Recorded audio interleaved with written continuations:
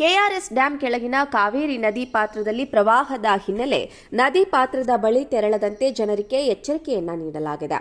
ಶ್ರೀರಂಗಪಟ್ಟಣ ತಾಲೂಕಿನ ಪ್ರವಾಸಿ ತಾಣಗಳಾದ ಬಲಮುರಿ, ಎಡಮುರಿ, ಸ್ನಾನಘಟ್ಟ, ಸಂಗಮ, ನಿಮಿಷಾಂಬ ದೇಗುಲ ಹಾಗೂ ಘೋಸಾಯ್ ಘಾಟ್ಗೆ ಪ್ರವೇಶಕ್ಕೆ ಪ್ರವಾಸಿಗರಿಗೆ ನಿರ್ಬಂಧ ವಿಧಿಸಿ ಶ್ರೀರಂಗಪಟ್ಟಣ ತಹಸೀಲ್ದಾರ್ ಆದೇಶವನ್ನು ಹೊರಡಿಸಿದ್ದಾರೆ.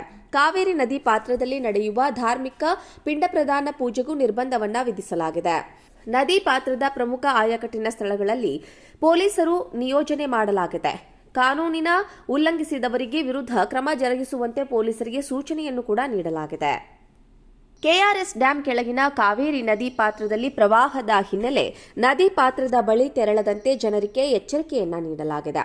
ಶ್ರೀರಂಗಪಟ್ಟಣ ತಾಲೂಕಿನ ಪ್ರವಾಸಿ ತಾಣಗಳಾದ ಬಲಮುರಿ, ಎಡಮುರಿ, ಸ್ನಾನಘಟ್ಟ, ಸಂಗಮ, ನಿಮಿಷಾಂಬ ದೇಗುಲ ಹಾಗೂ ಘೋಸಾಯ್ ಘಾಟ್ಗೆ ಪ್ರವೇಶಕ್ಕೆ ಪ್ರವಾಸಿಗರಿಗೆ ನಿರ್ಬಂಧ ವಿಧಿಸಿ ಶ್ರೀರಂಗಪಟ್ಟಣ ತಹಸೀಲ್ದಾರ್ ಆದೇಶವನ್ನು ಹೊರಡಿಸಿದ್ದಾರೆ. ಕಾವೇರಿ ನದಿ ಪಾತ್ರದಲ್ಲಿ ನಡೆಯುವ ಧಾರ್ಮಿಕ ಪಿಂಡ ಪ್ರದಾನ ಪೂಜೆಗೂ ನಿರ್ಬಂಧವನ್ನು ವಿಧಿಸಲಾಗಿದೆ. ನದಿ ಪಾತ್ರದ ಪ್ರಮುಖ ಆಯಕಟ್ಟಿನ ಸ್ಥಳಗಳಲ್ಲಿ ಪೊಲೀಸರು ನಿಯೋಜನೆ ಮಾಡಲಾಗಿದೆ. ಕಾನೂನಿನ ಉಲ್ಲಂಘಿಸಿದವರಿಗೆ ವಿರುದ್ಧ ಕ್ರಮ ಜರುಗಿಸುವಂತೆ ಪೊಲೀಸರಿಗೆ ಸೂಚನೆಯನ್ನು ಕೂಡ ನೀಡಲಾಗಿದೆ.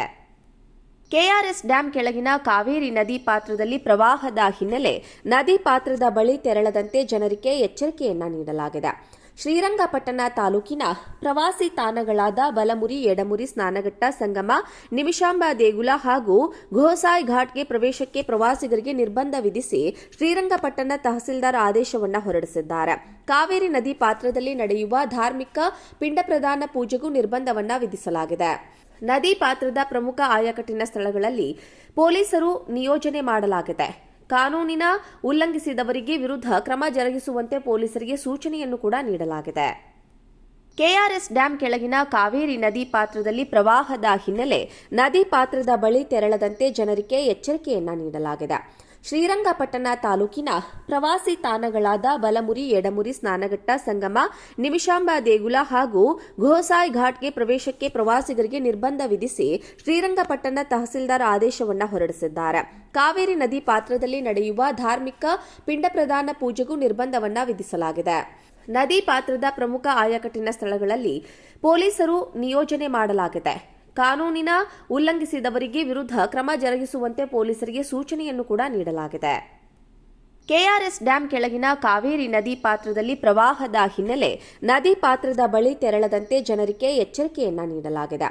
ಶ್ರೀರಂಗಪಟ್ಟಣ ತಾಲೂಕಿನ ಪ್ರವಾಸಿ ತಾಣಗಳಾದ ಬಲಮುರಿ, ಎಡಮುರಿ, ಸ್ನಾನಘಟ್ಟ, ಸಂಗಮ, ನಿಮಿಷಾಂಬ ದೇಗುಲ ಹಾಗೂ ಘೋಸಾಯ್ ಘಾಟ್ಗೆ ಪ್ರವೇಶಕ್ಕೆ ಪ್ರವಾಸಿಗರಿಗೆ ನಿರ್ಬಂಧ ವಿಧಿಸಿ ಶ್ರೀರಂಗಪಟ್ಟಣ ತಹಸೀಲ್ದಾರ್ ಆದೇಶವನ್ನು ಹೊರಡಿಸಿದ್ದಾರೆ. ಕಾವೇರಿ ನದಿ ಪಾತ್ರದಲ್ಲಿ ನಡೆಯುವ ಧಾರ್ಮಿಕ ಪಿಂಡ ಪ್ರದಾನ ಪೂಜೆಗೂ ನಿರ್ಬಂಧವನ್ನು ವಿಧಿಸಲಾಗಿದೆ.